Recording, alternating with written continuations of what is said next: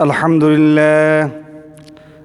لله نحمده ونستعينه ونستغفره ونؤمن به ونتوكل عليه ونعوذ بالله من شرور أنفسنا ومن سيئات أعمالنا من يهده الله فلا مضل له ومن يضلله فلا هادي له ونشهد أن لا إله إلا الله وحده لا شريك له ونشهد أن سيدنا ومولانا محمدًا عبده ورسوله أرسله بالحق بشيرًا ونذيرًا وداعيًا إلى الله بإذنه وسراجًا منيرًا أما بعد فأعوذ بالله من الشيطان الرجيم بسم الله الرحمن الرحيم الحمد لله رب العالمين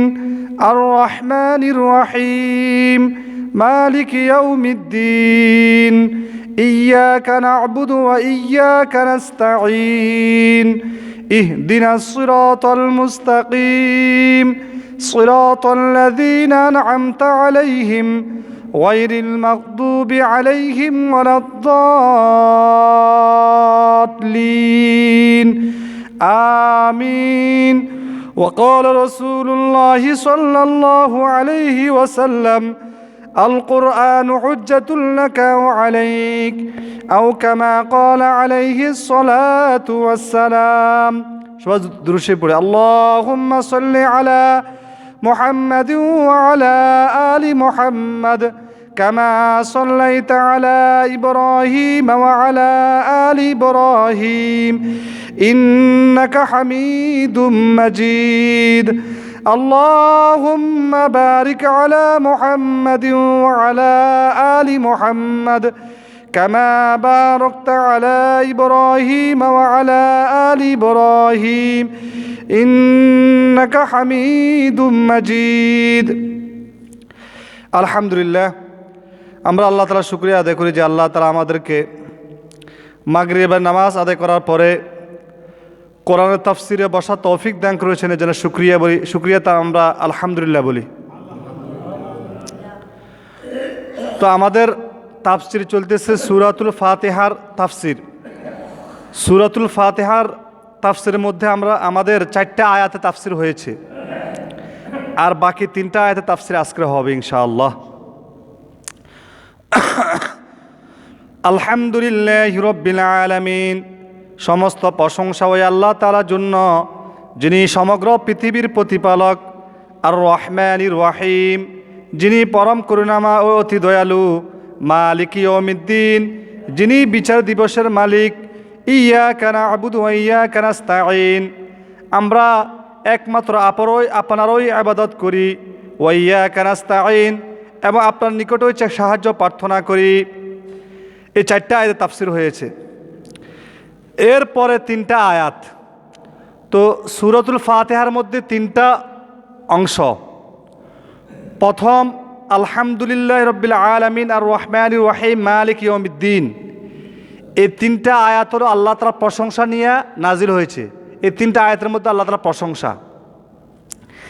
এরপর ইহদিনাস সিরাতাল মুস্তাকিম সিরাতাল লাযীনা আন'আমতা আলাইহিম গায়রিল মাগদুবি আলাইহিম ওয়ালাদ-দাল্লিন, এই শেষ 3 আয়াত। এই শেষ 3 আয়াতের মধ্যে আল্লাহ তাআলা বান্দাদেরকে শিক্ষা দিয়েছেন আল্লাহর কাছে হেদায়েতের প্রার্থনা করার জন্য। কিসে প্রার্থনা? হেদায়েতের প্রার্থনা। তাইলে প্রথম 3 আয়াত আল্লাহ তাআলার প্রশংসা, শেষ 3 আয়াত আল্লাহর কাছে দোয়া করা এবং প্রার্থনা করা, এটা আল্লাহ তাআলা শিক্ষা দিয়েছেন। এর মাঝে যে আয়াতটা ইয়াকা না'বুদু ওয়া ইয়াকা নাস্তাঈন, এই মাঝের আয়াতটা হলো আল্লাহ তাআলা বান্দাদেরকে একমাত্র আল্লাহর জন্য ইবাদত করার কথা বলেছেন এবং আল্লাহর কাছে সাহায্য প্রার্থনা করার জন্য বলেছেন। এখন আসেন ইহদিনাস সিরাতাল মুস্তাকিম, হে আল্লাহ আপনি আমাদেরকে পথ প্রদর্শন করুন। আস-সিরাতাল মুস্তাকিম, সরল পথের। এখানে কয়েকটা শব্দ আছে। একটা শব্দ হলো ইহদি। ইহদি শব্দের অর্থ হলো হে আল্লাহ আপনি আমাদেরকে হেদায়েত দান করুন। হে আল্লাহ, আপনি আমাদেরকে হেদায়েতের পথে পরিচালিত করুন, আমাদেরকে সঠিক পথে পরিচালিত করুন। হেদায়েতের কয়েকটা অর্থ আছে, আবার কয়েকটা স্তর আছে। হেদায়েত শব্দের অর্থ হলো পথ প্রদর্শন করা, বান্দাকে সঠিক পথের দিক নির্দেশনা দেওয়া, এটাকে বলো হেদায়েত। হেদায়েতের এক অর্থ হলো এরাদুত তরিক, পথ দেখানো। কোনো একজন ব্যক্তি পথ হারা হয়ে গিয়েছে, এখন আপনাকে বলতেছে যে ভাই আমি ত্রিমোহনী ব্রিজে যাব, আমি কিভাবে যাব? তখন আপনি ওনাকে এখান থেকে বলে দিয়েছেন আপনি সোজা ইটখোলা যাবেন, সেখান থেকে গাড়িতে পশ্চিম দিকে একটা রোড আছে, ও রোডে আপনি গাড়ি করে আপনি ত্রিমোহনী ব্রিজে যেতে পারবেন। আপনি এই কথাটা এখান থেকে বলে দিয়েছেন, এটাকে বলা হয় পথ দেখানো। এটা হলো হেদায়েতের এক অর্থ। হেদায়েতের আরেক অর্থ হলো ইসালুন ইলাল মাতলুব, মনজিলে মাকসুদ পর্যন্ত পৌঁছায় দেওয়া। হেদায়েতের আরেক অর্থ হলো এটা। যেমন একজন ব্যক্তি আপনাকে বলেছেন যে ভাই আমি ত্রিমোহনী ব্রিজে যাব, তখন আপনি উনাকে নিয়ে আপনি ইটখোলা পর্যন্ত গেলেন, সাথে উনার সাথে গাড়িতে উঠে ডাইরেক্ট একবারে ত্রিমোহনী ব্রিজ পর্যন্ত আপনি ওনাকে নামিয়ে দিয়েছেন। এটাকে বলা হয় যে বান্দা যে পর্যন্ত যেতে চায় তার সাথে ওই পর্যন্ত যাওয়াকে বলা হয় হেদায়েতের আরেক অর্থ। তাহলে হেদায়েতের দুই অর্থ, একটা হলো পথ বলে দেওয়া, পথ দেখানো, আরেকটা হলো যে ব্যক্তি যেখানে যেতে চায় তাকে সেখানে পৌঁছায় দেওয়া, তার সাথে যাওয়া সেখানে। এটা হলো হেদায়েতের আরেক অর্থ। এখন এখানে হেদায়েতের কোন অর্থ? সমস্ত নবী রাসূলদেরকে আল্লাহ তাআলা যে পৃথিবীতে পাঠিয়েছেন হেদায়েতের দিক নির্দেশনা দান করার জন্য, বান্দাদেরকে জান্নাতের পথ দেখানোর জন্য, তো সমস্ত নবী রাসূলদেরকে ওনারা বলে দিয়েছেন যে আল্লাহ তাআলা দুনিয়াতে যে আমাদেরকে পাঠিয়েছেন, আমরা যদি এভাবে চলি, আল্লাহ তাআলা যে বিধিবিধান আছে আর রাসূলের যে আদর্শ আছে, যদি আমরা সেই আদর্শ অনুসরণ করি চলি, তাহলে আমরা জান্নাতের পথে যেতে পারবো। আর যদি আমরা আল্লাহর হুকুম পুরা না করি, রাসূলের আদর্শ পরিপূর্ণ আমরা পালন না করি, তাহলে বরং আমরা শয়তানের পথের অনুসরণ করি, তাহলে আমরা জাহান্নামে যাব।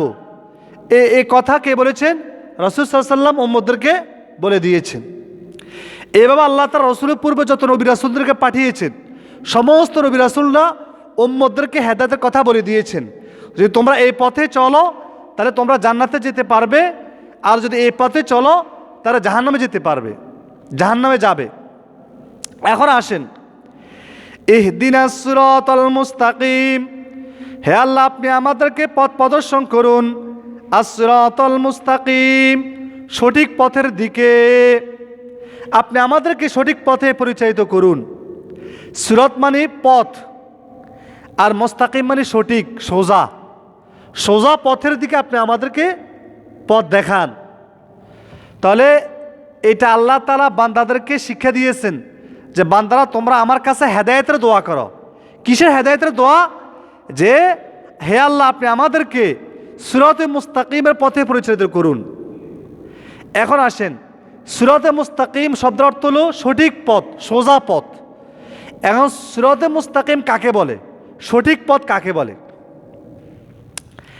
এটা ব্যাখ্যায় মুফাসসিরিন কেরাম লিখেছেন, সঠিক পথ হলো কোরআনের যে পথ, আল্লাহ তাআলা নবীর মাধ্যমে এই উম্মতের উপরে যে কোরআন অবতীর্ণ করেছেন, এই কোরআনের যে বিধিবিধান, যে ব্যক্তি ওই কোরআনের বিধিবিধান অনুযায়ী চলবে সে সিরাতে মুস্তাকিমের পথে পরিচালিত হলো। আর যে ব্যক্তি এই কোরআনের বিধিবিধান অনুযায়ী তার জীবনকে পরিচালনা না করে, তাহলে সে সিরাতে মুস্তাকিমের পথে পরিচালিত হতে পারবে না। এখন আসেন, এক হাদিসের মধ্যে আল্লাহ রাসূল বলেন যে বনী ইসরাইলের মধ্যে ৭২ দল ছিল, আমার উম্মতের মধ্যে ৭৩ দল হবে। শুধু এক দল বেহেশতে প্রবেশ করবে, আর বাকি 72 দল জাহান্নামে প্রবেশ করবে। তখন সাহাবায়ে কেরাম আল্লাহ রসুলকে প্রশ্ন করলেন, ক্বালু ইয়া রাসূলুল্লাহ, হে আল্লাহ রসুল, যে বনী ইসরাইলের মধ্যে 72 দল ছিল, আপনার উম্মতের মধ্যে 73 দল হবে। 73 দলের মধ্যে এক দল শুধু বেহেশতে প্রবেশ করবে, আর বাকি দল জাহান্নামে প্রবেশ করবে, আর বাকি 72 দল জাহান্নামে প্রবেশ করবে। কোন দল বেহেশতে প্রবেশ করবে, ওই দলের নাম কি, ওই দল কারা? তখন রাসূল সাল্লাল্লাহু আলাইহি ওয়াসাল্লাম বলেছেন, মা আনা আলাইহি ওয়া আসহাবি, যারা আমি নবীর অনুসরণ করবে এবং আমার সাহাবাদের অনুসরণ করবে, তাদেরকে এক কথা বলো আহলুস সুন্নাহ ওয়াল জামাআহ। তাদেরকে কি বলা হয়? আহলুস সুন্নাত ওয়াল জামাআহ। সুন্নত মানে যারা নবীর অনুসরণ করে, আর জামাআত মানে জামাআতের সাহাবা, সাহাবাদের জামাআতের যারা অনুসরণ করবে, তারা একমাত্র সিরাতে মুস্তাকিমের পথে আছে, তারা একমাত্র সঠিক পথে আছে, তারাই একমাত্র জাহান্নামে প্রবেশ করবে, আর বাকি দল 72 দল জাহান্নামে প্রবেশ করবে। এখন আসেন, যে বাকি দল 72 দল জাহান্নামে প্রবেশ করবে, তারা কি ইহুদি খ্রিস্টান? না না না, আল্লাহ রাসূল বলেন তারা কোনো ইহুদি খ্রিস্টান হবে না, তারা কোনো অন্য ধর্মের অধিকারী হবে না, তারা মুসলমান। এই মুসলমানদের মধ্যেই 73 দল হবে। এই 73 দলের মধ্যে মাত্র এক দল বেহেশতে প্রবেশ করবে, যারা আমি নবীর অনুসরণ করবে এবং আমার জামাতের সাহাবাদের অনুসরণ করবে, তারা একমাত্র মুক্তির পথ, তারা একমাত্র জান্নাতে প্রবেশ করবে। তাদেরকে এক কথা আহলুস সুন্নাত ওয়াল জামাআত বলা হয়। আর বাকি 72 দল যারা মুসলমান, মুখে ইসলাম ধর্ম গ্রহণ করছে কিন্তু ইসলামের বিরুদ্ধে কথা বলে, বিভিন্ন খারাপ আকীদা পোষণ করে, তারা 72 দল তারা জাহান্নামে প্রবেশ করবে। তাহলে বোঝা যায় এই সিরাতুল মুস্তাকিমের ব্যাখ্যা মুফাসসিরিন কেরাম লিখেছেন, যারা একমাত্র রাসূল এবং জামাতের সাহাবাদের অনুসরণ করবে, তারা একমাত্র জান্নাতের পথের প্রতীক।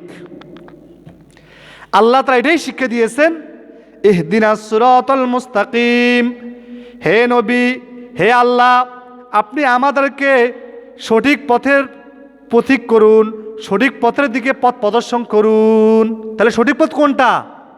রাসূল সাল্লাল্লাহু আলাইহি ওয়াসাল্লাম এবং সাহাবাদের পথ। রাসূল সাল্লাল্লাহু আলাইহি ওয়াসাল্লাম এবং সাহাবাদের পথ হলো সিরাতুল মুস্তাকিম, এটাই জান্নাতের পথ।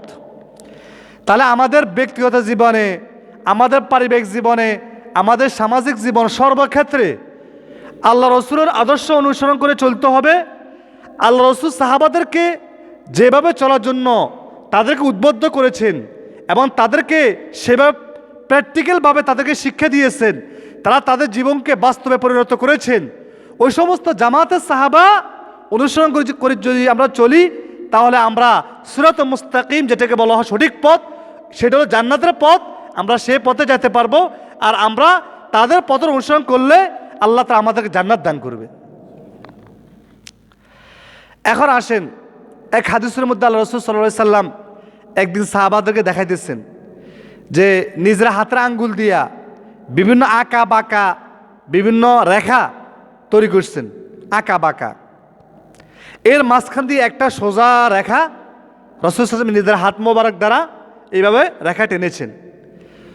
তখন রাসূল সাল্লাল্লাহু আলাইহি ওয়াসাল্লাম সাহাবাদেরকে বললেন, হে সাহাবারা, যে আঁকা বাঁকা যে সমস্ত পথগুলো আমরা দিয়েছি সেগুলি কি পথ? তখন সাহাবা কেরাম বললেন, আল্লাহ রসুল ভালো জানেন। তখন রাসূল সাল্লাল্লাহু আলাইহি ওয়াসাল্লাম বললেন, আঁকা বাঁকা যে পথগুলি সেগুলো হলো শয়তানের পথ, সেগুলো জাহান্নামের পথ, আর বাকি যে সোজা পথ আছে মাঝখানে সেটা হলো জান্নাতের পথ। যারা ওই সোজা পথ অনুসরণ করবে, যারা আমার নবী, সোজা পথ হলো আমি নবীর অনুসরণ করবে আর জামাতের সাহাবার অনুসরণ করবে, তারা হলো এই সোজা পথের প্রতীক, সিরাতুল মুস্তাকিম সোজা পথের প্রতীক, তারাই একমাত্র জান্নাতে প্রবেশ করবে। তাহলে আল্লাহ তাআলা এই আয়াতের মধ্যে আমাদেরকে শিক্ষা দিয়েছেন কি, যে বান্দারা তোমরা আমার কাছে আহ্বান করো, দোয়া করো, যে আল্লাহ তুমি আমাদেরকে সঠিক পথের পথিক করো, সঠিক পথের দিকে আমাদেরকে দিক নির্দেশনা দান করো, সঠিক পথে পরিচালিত করো। আর সঠিক পথ কোনটা? রসুলের আদর্শ এবং জামাতে সাহাবার পথ। রসুলের আদর্শ এবং জামাতে সাহাবার পথ, ওই পথে চললে আমরা সঠিক পথ পাব। এক কথায় কোরআন সুন্নাহর পথ, এক কথায় কোরআন সুন্নাহর পথ। কোরআনে আল্লাহ তাআলা বান্দাদেরকে যে বিধিবিধান দিয়েছেন, আর রাসূল সাল্লাল্লাহু আলাইহি ওয়াসাল্লাম হাদিসের মধ্যে বান্দাদেরকে চলার জন্য কোরআনে যে ব্যাখ্যা করেছেন, ও ব্যাখ্যা অনুযায়ী যদি আমরা আমাদের জীবনকে পরিচালনা করি, তাহলে আমরা সিরাতুল মুস্তাকিমের পথে পরিচালিত হতে পারবো। এর মাধ্যমে আল্লাহ তাআলা আমাদেরকে জান্নাত দান করবেন। এখন আমাকে প্রশ্ন করতে পারেন যে হুজুর, বর্তমানে যে পরিস্থিতি, সমাজের পরিস্থিতি, এলাকার পরিস্থিতি, রাষ্ট্রের পরিস্থিতি, আমরা কিভাবে চলবো? হ্যাঁ, আমাদের যতটুকু সাধ্য অতটুকু আমরা চেষ্টা করব। আর আল্লাহর কাছে দোয়া করতে হবে যে আল্লাহ, যে চেষ্টা করতেছি পারতেছি না, আল্লাহ তুমি আমাদেরকে হেদায়েতের পথে পরিচালিত করো। এটা আল্লাহর কাছে দোয়া করতে হবে, আর চেষ্টা করতে হবে, কান্নাকাটি করতে হবে। যে সমস্ত গুনার কাজ আমাদের সামনে এসে যায়, গুনাহ হয়ে যায়, সাথে সাথে আমরা তাওবা ইস্তেগফার করব। এখন যদি আমরা এই কথা বলি, না এখন চলা যাবে না, যেদিকে বাতাসের ঝোঁক সেদিকে চলতে হবে, অর্থাৎ যেই এলাকার মধ্যে, যে সমাজের মধ্যে, যে রাষ্ট্রের মধ্যে মানুষ যেভাবে যে বিজাতিদের কুসংস্কার অনুসরণ করে চলতেছে, মানুষ সমাজের মধ্যে ইহুদি খ্রিস্টান এরকম হিন্দু বৌদ্ধ ওদের সব কিছু পালন করতেছে, আমাকেও সেভাবে পালন করতে হবে, না হলে মানুষ আমাকে কি বলবে? যদি আমরা এইভাবে যদি দিলের মধ্যে এই আকাঙ্ক্ষা করি, তো দেখবেন আল্লাহ তাআলা এক সময় আমাকে পথভ্রষ্ট করে দিবেন। যেহেতু আমার আকাঙ্ক্ষা হলো ইহুদি খ্রিস্টান বিজাতিদের কুসংস্কারগুলো অনুসরণ করা। দেখেন আল্লাহ তাআলা যা আমাদের যে এক রোহিঙ্গা ভাইরা, ভাই বোন, তারা তাদের দেশ থেকে বিতাড়িত হয়েছে কেন? এটা ইতিহাস হলো, ওদের এলাকার মধ্যে যারা আলেম ওলামা, এদেরকে দ্বীন মতো চলার জন্য তারা বুঝাইছে। তারা ঠিকমতো নামাজও পড়তো না, এমনকি তারা নবীর নাম পর্যন্ত বলতে পারতো না, কালেমা পর্যন্ত পড়তে পারতো না। অধিকাংশ লোকেরা নামাজ কাম তো দূরের কথা, তারা নিজেরা ইয়াবা, যে মদ ইয়াবা নিজেরা বানায়, এগুলো বিক্রি করে ইয়াবা। তো আল্লাহ তাআলা কি করছে? এখন বিজাতিদের মাধ্যমে এদেরকে পিটাই দেশান্তর করছে। এখন কি পরিস্থিতি হয়েছে যে আমাদের দেশের সরকার তাদেরকে চট্টগ্রামে সেখানে রাখছে, এখন ভাষাঞ্চর সেখানে তাদেরকে নিয়ে গিয়েছে। এখন দেখা গেছে যে এরা অধিকাংশ লোক, যে বাহিরের রাষ্ট্রের থেকে খ্রিস্টান মিশনারি একটা আছে, মিশনারি, যে মানুষদেরকে দাওয়াত দিয়া তারা মুসলমানদেরকে খ্রিস্টান বানিয়ে ফেলে। এখন অধিকাংশ এই এদেরকে তারা খ্রিস্টান বানিয়ে ফেলছে। তাহলে দেখেন, এজন্য একটা ভয় লাগতেছে যে কোন সময় আমাদের এই অবস্থা হয়। যেভাবে আমাদের এলাকার মধ্যে, সমাজের মধ্যে, সব জায়গাতে যেভাবে আমরা বিজাতিদের কুসংস্কার আমরা গ্রহণ করতেছি, আল্লাহর হুকুমের বিরুদ্ধাচরণ করতেছি, রাসূলের আদর্শের বিরুদ্ধাচরণ করতেছি, বিপদের আশঙ্কা কোন সময় আমাদের এই অবস্থা হয় যে আমাদেরকে বিজাতিদের মাধ্যমে পিটাইয়া বাহির করে দিবে, আল্লাহ তাআলা অন্য জাতিকে হেদায়েত দিয়ে দিবে। হাদিসের মধ্যে আছে, যারা দ্বীন মতো চলার জন্য চেষ্টা করবে না, বরং উপহাস করবে। একটা কথা বুঝেন, যারা একটা হলো আমি দ্বীন মতো চলতে পারতেছি না, কিন্তু আমার মধ্যে একটা ব্যথা লাগে, হায় রে আমি দ্বীন মতো চলতে পারতেছি না, তাহলে একসময় আল্লাহ তাআলা আপনার এই ব্যথার কারণে আপনাকে আল্লাহ তাআলা হেদায়েত দান করবে, আল্লাহ তাআলা আপনাকে সঠিক পথে পরিচালিত করবে, আমলে তৌফিক দিব। কিন্তু আপনি যদি শরীয়তে কোনো একটা বিধানকে যদি অস্বীকার করেন, আরে হুজুররা কি বলে, এটা একটা কথা হলো না, সাথে সাথে ঈমান চলে যাবে গো। কেন? শরীয়তের কোনো একটা বিধানকে যদি কেউ হেয় প্রতিপন্ন করে, কেউ বিদ্রুপ করে, ঠাট্টা বিদ্রুপ করে, সাথে সাথে ঈমান চলে যাবে। কিন্তু আপনি যদি আমল করতে পারতেছেন না, কিন্তু আপনার মধ্যে দিলের মধ্যে ভয় আছে, কিন্তু দিলের মধ্যে একটা আকাঙ্ক্ষা থাকে, হায় রে আমি আমল করতে পারতেছি না, আমি আল্লাহর কাছে কী জবাব দিব, তাহলে আল্লাহ তাআলা হতে পারে একসময় আল্লাহ তাআলা আপনাকে হেদায়েত দিবেন। কিন্তু যদি শরীয়তের কোনো একটা বিধানকে যদি আপনি ঠাট্টা বিদ্রুপ করেন, তাহলে সাথে সাথে ঈমান চলে যাবে। এই জন্য কখনও শরীয়তের কোনো বিধানকে কখনো ঠাট্টা বিদ্রুপ করবেন না। হুজুররা কি বলে, হুজুররা কি বুঝে, আরে এভাবে বলতেছে, আগের হুজুররা এভাবে চলে আসে, এখন নতুন হুজুরা আসে কি বলে, এভাবে যদি কথা বলেন সাথে সাথে ঈমান চলে যাবে, যদি ওই হুজুর সঠিক কথা বলে থাকে। তো এই জন্য কী করতে হবে? এই জন্য চেষ্টা করতে হবে মানার জন্য। আর যদি এখন না মানতে পারি, আল্লাহর কাছে দোয়া করবো যে আল্লাহ আমাকে মানার তৌফিক দান করো, আমাকে মানার তৌফিক দেন। কখনো শরীয়তের কোনো বিধান নিয়ে কখনো হাসি ঠাট্টা বিদ্রুপ করবেন না। আজকে আমরা দেখা যায় অনেক সময় আমরা শরীয়তের বিধানকে আমরা হাসি ঠাট্টা বিদ্রুপ করে থাকি। এগুলো কখনো করবেন না, সাথে সাথে ঈমান চলে যাবে গো। হ্যাঁ, আপনি আমল করতে পারতেছেন, এটা আপনার দুর্বলতা। এই জন্য আল্লাহর কাছে নত স্বীকার করতে হবে যে আল্লাহ আমি আমল করতে পারতেছি না, আল্লাহ তুমি আমাকে আমল করা তৌফিক দান করো। মা বন্ধুকে বলতেছি, আপনারাও যতটুকু সম্ভব যে আমল করার চেষ্টা করবেন, কিন্তু কখনো হাসি ঠাট্টা বিদ্রুপ করবেন না। শরীয়তের বিধান নিয়ে কখনো হাসি ঠাট্টা বিদ্রুপ করবেন না, কারণ শরীয়তের বিধান দিয়েছে কে? আল্লাহ। যিনি বিধান দিয়েছেন উনি হলো হাকিম, উনি হলো বিজ্ঞ, উনি বুঝেন বান্দাদের কিভাবে চলবে, বান্দারা কিভাবে থাকবে, কিভাবে চললে বান্দাদের সুবিধা হবে। ওই বিজ্ঞ আল্লাহ, উনি বান্দাদের পালন করতে পারবে, এই জন্য আল্লাহ তার বিধান দিয়েছেন। কোন সময় আয়াতের মধ্যে আছে লা ইউকাল্লিফুল্লাহু নাফসান ইল্লা উসআহা, আল্লাহ তাআলা কোনো বান্দার সাধ্যের বাইরে কোনো বিধান আরোপিত করেন নাই। তাহলে বুঝা গেছে আল্লাহ তাআলা ওই সমস্ত বিধিবিধান দিয়েছেন যে সমস্ত বিধিবিধান বান্দা পালন করতে পারে। কিন্তু আজকে আমাদের মধ্যে অলসতা আছে, ইয়ালা আমরা পালন করতে পারতেছি না। আল্লাহ বলতেছে আমি কোনো বিধিবিধান যেটা বান্দার সাধ্যের বাহিরে, ওই সমস্ত বিধিবিধান বান্দার উপর আমি চাপি দিই নাই। তাহলে বুঝা গেছে বান্দা যে সমস্ত বিধিবিধান পালন করতে পারবে সেই সমস্ত বিধিবিধান আল্লাহ তাআলা রসুলের মাধ্যমে, এই কোরআনের মাধ্যমে, এই রসুলের হাদিসের মাধ্যমে সমস্ত উম্মতদেরকে শিক্ষা দিয়েছেন। এই জন্য আমাদেরকে চেষ্টা করতে হবে আমল করার জন্য। বাকি যতটুকু পারি করব, না পারলে আল্লাহর কাছে কান্নাকাটি করব যে আল্লাহ তুমি আমাকে আমল করা তৌফিক দান করো। কিন্তু কখনো শরীয়তের কোনো বিধানকে ঠাট্টা বিদ্রুপ করা যাবে না। যে কোনো হুজুরে আপনাকে বলুক, যদি হুজুর সঠিক কথা বলে, এখন আপনার যদি হুজুরের কথাকে যদি আপনার মনোপুত না হয়, এখন অনেকে বলে থাকে আমাদের বাপ দাদারা এরকম করে আসছে, অথচ কোরআন মাজিদ স্পষ্ট আয়াত যে কাফের মুশরিকরা বলে যে আবা আনা, আমাদের রসুল যখন কাফের মুশরিকদেরকে যখন দাওয়াত দিয়েছেন তখন কাফের মুশরিকরা বলতো আবা আনা, আমরা আমাদের পূর্বপুরুষ বাপ দাদা তাদেরকে দেখিয়ে আসতে এইভাবে তারা মূর্তি পূজা করে, আমরাও এখন মূর্তি পূজা করব। মোহাম্মদ তুমি আমাদেরকে যতই দাওয়াত দাও আমরা গ্রহণ করব না। তাহলে এটা তো কাফের মুশরিকদের কথা। যে আমরা অনেকে বলে থাকি, যদি কোনো হুজুর কোনো সঠিক কথা বলে তা আমরা বলে থাকি আরে হুজুর কি কয়, আমাদের বাপদাদাদেরকে দেখিয়েছে এভাবে করে আসছে। এখন আসেন, ইসলাম কি বাপদাদার কথা অনুযায়ী চলবো না কোরআন হাদিস অনুযায়ী চলবো? কোরআন হাদিস অনুযায়ী চলবো। এই জন্য কখন এই কথা বলবেন না, এটা হলো কাফের মুশরিকদের কথা। আপনি একটা হলো শরীয়তের সমস্ত বিধিবিধান আপনি কি সব জানেন নাকি? আপনি তো সব শুনেন নাই। এখন আপনার কাছে নতুন মনে হচ্ছে আপনি শুনেন নাই, কিন্তু কোরআন হাদিস তো নতুন না। কোরআন হাদিস তো 1400 বছর আগের কোরআন হাদিস। এখন আপনি জানেন না, আপনি শুনেন নাই, সেটা হলো আপনার দুর্বলতা।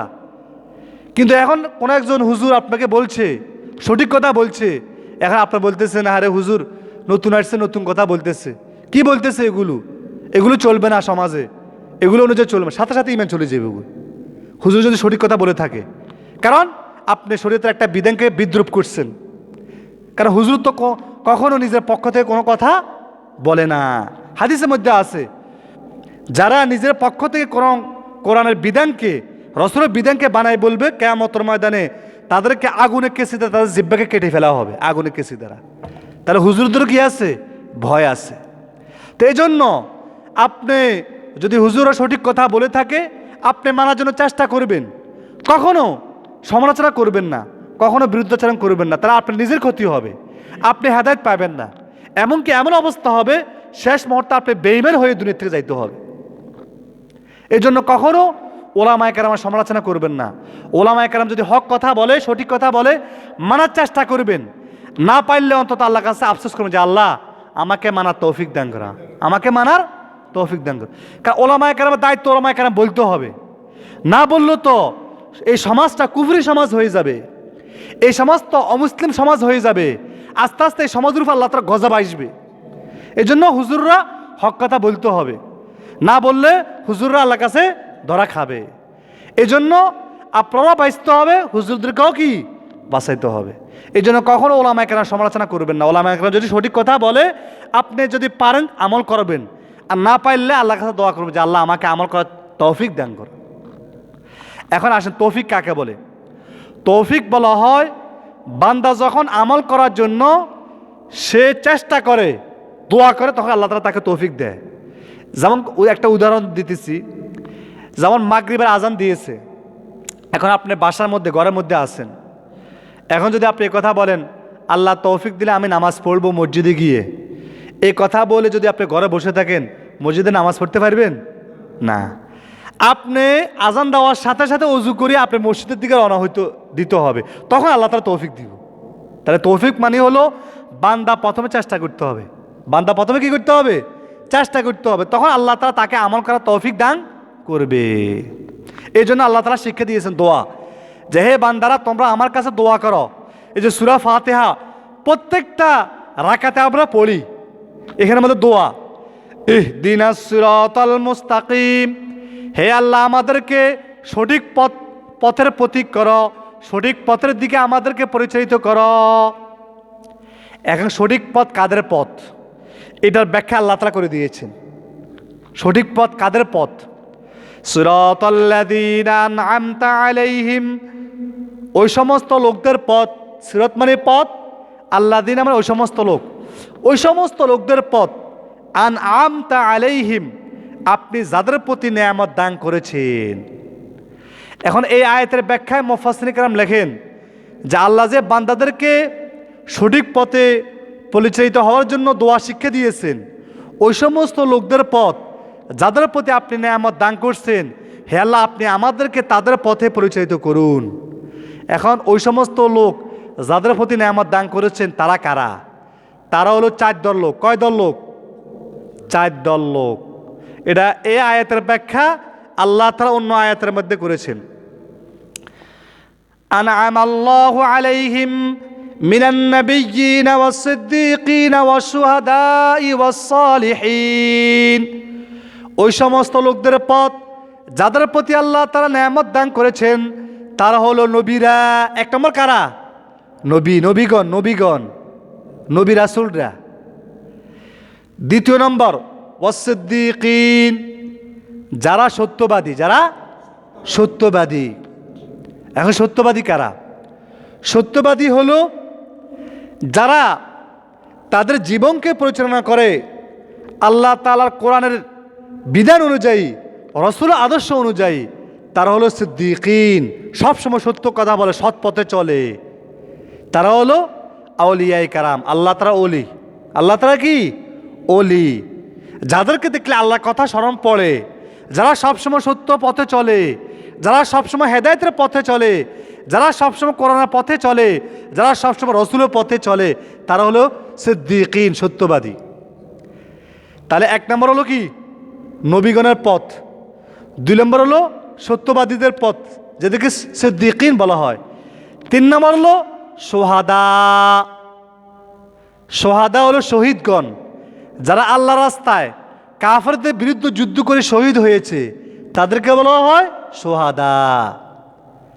তাহলে আল্লাহ তাআলা আমাদেরকে কাদের পথে অনুসরণ করার জন্য বলছে?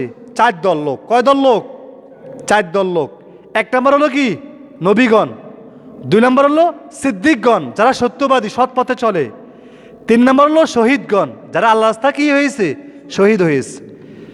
এখন আসেন, এখন বর্তমানে যদি কোনো হুজুররা যে মানুষদেরকে যদি জিহাদের বয়ান করে তখন বলে জঙ্গি। আহা, এটা হলো কাফের মুশরিকদের কথা।